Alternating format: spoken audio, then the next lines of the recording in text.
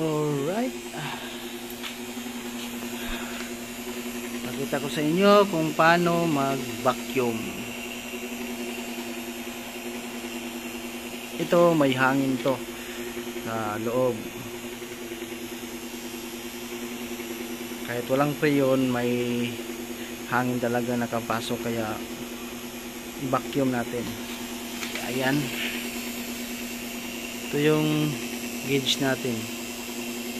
Kailangan lumapat dito.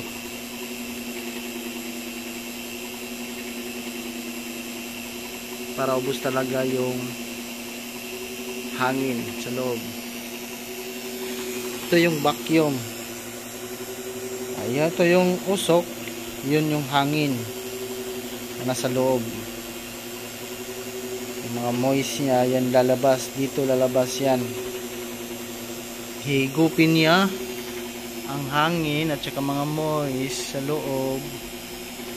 Papunta dito. Labas niya. Ito yan o. Dito ka mag-charge. Dito yun higupin. Yan. Punta dito. Naka-open to, naka-open. Kailangan naka-open. Tsaka labas dito. Punta dito. Yan. Ito naman sa gauge.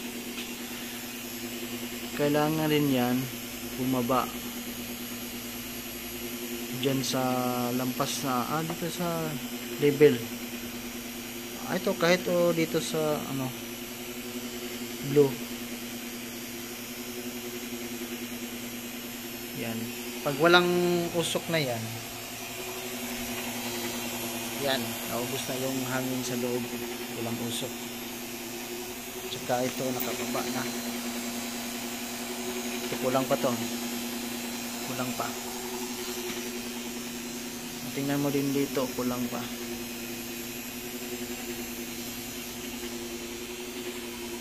Katapos yan, vacuum ay isa na para mag-charge, maglagay ng preyon sa ating compressor. Ito pala yung compressor natin, oh. Laki. Okay, yan.